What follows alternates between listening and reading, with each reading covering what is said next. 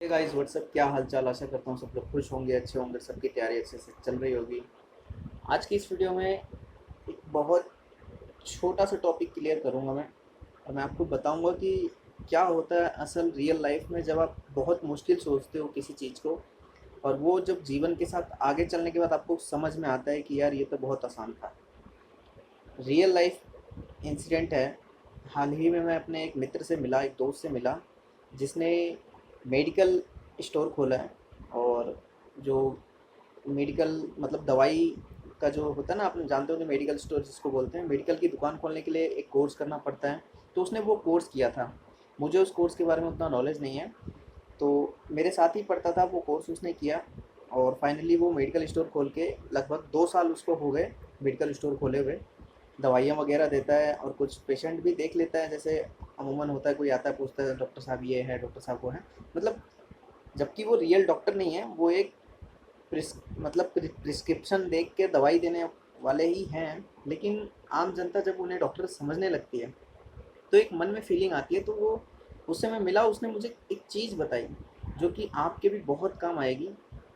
उसने ये बोला कि यार, मैंने क्यों ये कोर्स किया, मैंने क्यों नहीं डॉक्टर बनने की तैयारी आगे करी। अगर मैं बायोलॉजी, फिजिक्स, केमिस्ट्री से जुड़ा था, मैं दवाइयों से मतलब मुझे मेडिकल में आना था, तो मैंने क्यों नहीं एमबीबीएस किया, क्यों नहीं मैंने सर्जन का कोर्स किया, क्यों नहीं मैं डेंटिस्ट बना। मतलब मैं कोई एक अच्छा डॉक्टर बन सकता था, और आज मुझे उस चीज़ की ज़रूरत लगती है, मुझे वो चीज़ सब आसान लगता है।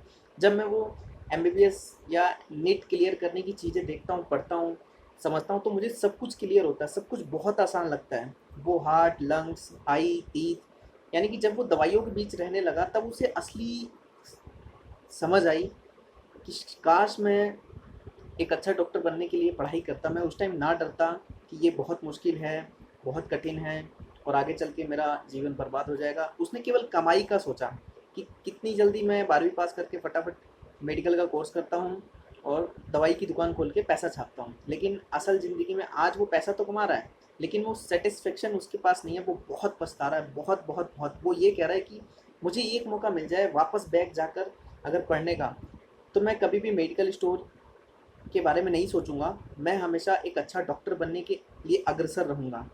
मैं नेट क्लियर करूँगा, मैं एमबीबीएस के लेवल तक जाने की कोशिश करूँगा, लेकिन मैं एक अच्छा डॉक्टर बनने की आशा रखूँगा। वही चीज़ हर फील्ड में होती है।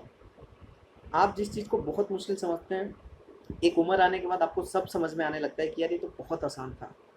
आज मान लो कि रेलवे की जो भी बच्चे तैयारी करते हैं, मैक्सिमम जो समस्या है वो क्या है? 2-3 तरीके की समस्या है। एक तो गणित को लेकर है। अगर वो एनटीपीसी क्लियर करना चाहते हैं, वो गणित की सबसे बड़ी प्रॉब्लम है कि मैथ नहीं आता। अगर ग्रुप डी की तैयारी करना चाहते हैं तो साइंस, करंट अफेयर नहीं आता। और जो बच्चा शुरू करना चाहता है उसको ये बहुत बड़ा पहाड़ लगता है, बहुत बड़ा पहाड़ जो कि कभी टूट नहीं सकता। या फिर उसे ये भरोसा ही नहीं दिलाया जाता कि तुम तोड़ सकते हो। उसे भरोसा क्या दिला दिया जाता है कि तुम्हें कुछ चीज़ें खरीदनी होंगी, कुछ पैकेट खरीदने होंगे, तुम्हारे बस की नहीं है, तुम्हारी कोई मदद करेगा तभी तुम कुछ कर सकते हो, जैसा कि पेड कोर्स के माध्यम से होता है। लेकिन मैं ये यकीन दिलाने की कोशिश करता हूँ कि अगर आप कोशिश करते हैं, मेहनत करते हैं, प्रयास करते हैं, एक बार किसी चैप्टर को पढ़ते नहीं आता, 2 बार किसी चैप्टर को पढ़ते नहीं आता, 3 बार किसी चैप्टर को पढ़ो, आएगा ज़रूर। आखिर कब तक नहीं आएगा? आप कोशिश करोगे तो सब कुछ होगा। ठीक है? तो यही चीज़ मुझे आपको बतानी थी कि आपको इस चीज़ से बहुत सारी सीख मिलेगी अपने फ्यूचर को ध्यान में रखते हुए। अगर आपने 12वीं पास किए हुए आपके 2-3 साल हो गए, 5 साल हो गए, तो आज कहीं न कहीं बहुत सारे बच्चों के मन में ये होगा कि काश मैं 12वीं में ये पढ़ता, काश मैं 12वीं में ये स्ट्रीम ले लेता, काश मैं ऐसे पढ़ता, काश मैं वैसे पढ़ता, काश मैं ये करता, वो करता। लेकिन जब 4-5 साल बीत जाते हैं तब समझ आता है, क्योंकि वही चीज़ वापस आती है सबके सामने। आज history, politics, geography, economics, biology, chemistry, physics, वही 10वीं तक का सिलेबस सामने आता है। जब आप रेलवे, ग्रुप डी, एनटीपीसी की तैयारी कर रहे हो, एसएससी की तैयारी कर रहे हो, या लेखपाल की तैयारी कर रहे हो, पुलिस की तैयारी कर रहे हो, आर्मी की तैयारी कर रहे हो, वही चीज़ वापस आता है। और 2-3 साल अगर आपने कंपटीशन की सिलेबस को पढ़ा है ना, तो आप कहीं न कहीं ये सोचने पे मजबूर हो जाते हो कि काश मैं अगर 10वीं तक बहुत अच्छे से पढ़ता, तो आज ये दिन देखना ना पड़ता। या फिर मैं शुरुआत से ही इस चीज़ को इस वे में पढ़ता, क्योंकि 2-3 साल जब आप लगा देते हो ना, तो कहीं न कहीं आपका मोटिव क्लियर हो जाता है कि अब आपको पढ़ना कैसे है, कौन आपको बेवकूफ़ बना रहा है, किसका कोर्स अच्छा है, किसका कोर्स बुरा है, कितनी वीडियोस देखनी चाहिए, कितनी नहीं देखनी चाहिए, यूट्यूब पे कितना टाइम बर्बाद करना चाहिए, रीडिंग कितनी करनी चाहिए, ये सब जो चीज़ें हैं ना, अगर कोई आपको बताने वाला नहीं है ना, फिर भी आप 2-3 साल में सीख जाते हो। लेकिन अगर आपको कोई पहले ही बताने वाला है तो बहुत अच्छी बात है। और ये चीज़ मैंने सीखी है, इसलिए मैं वो एक्सपीरियंस, वो अनुभव आपको बताता हूँ ताकि आप पहले से सतर्क रहें। सबसे पहली चीज़ है कि अपने आप को कमज़ोर मत मानिए, और जितने भी ये पेड कोर्स या फिर बिज़नेस बन चुका है, इसके चक्कर में मत पड़िए, क्योंकि ये चीज़ आपको कमज़ोर करती है।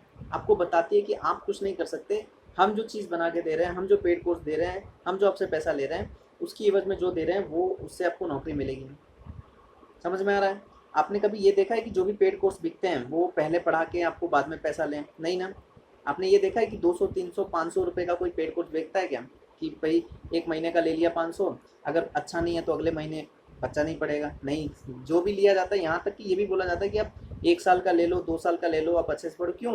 क्योंकि एक बार आपके जेब से पैसा निकल जाएगा, आपका 1 महीने इंटरेस्ट होगा उस पेड कोर्स में, उसके बाद आप भूल जाओगे। आपको सब कुछ समझ में आने लगेगा कि यार मैं कहाँ फँस गया।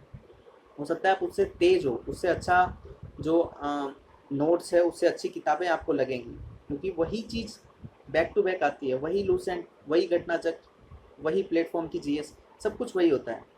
जब आप थक जाते हो ना, तब आपको समझ आता है कि यार इससे अच्छा तो बुक रीडिंग था, इससे अच्छा तो नोट मेकिंग था, मैं अपने से खुद से नोट्स बनाता, खुद से नोट्स बना बना के दीवारों पे चिपकाता, तो कितना अच्छा होता। तो आज की वीडियो यहीं अंत करते हैं, ठीक है। और बस ये एक छोटी सी कहानी बतानी थी कि किस तरीके से ये लगता है कि जब आप बहुत छोटा, आप आईटीआई करके किसी सुजुकी मारुति में लग जाओ, ऑल्टो में लग जाओ, कोई कंपनी में लग जाओ, लेकिन जब आप 3-4 साल बिताओगे ना, जब आप देखोगे कि आपसे थोड़ी अच्छी पढ़ाई करके कोई अच्छी पोस्ट पे जाके अच्छा पैसा कमा रहा है, और आपको वो देख के लग रहा है कि आपके अंदर जो एलिजिबिलिटी है ना, वो इससे भी कहीं ज़्यादा है, आप तो उससे भी अच्छा काम कर रहे हो, उससे भी अच्छा ज्ञान है, लेकिन आप उसके नीचे दब के काम कर रहे हो, और फिर आपको लगेगा कि यार काश मैंने अच्छी पढ़ाई करी होती, काश मैं थोड़ा ऊपर गया होता।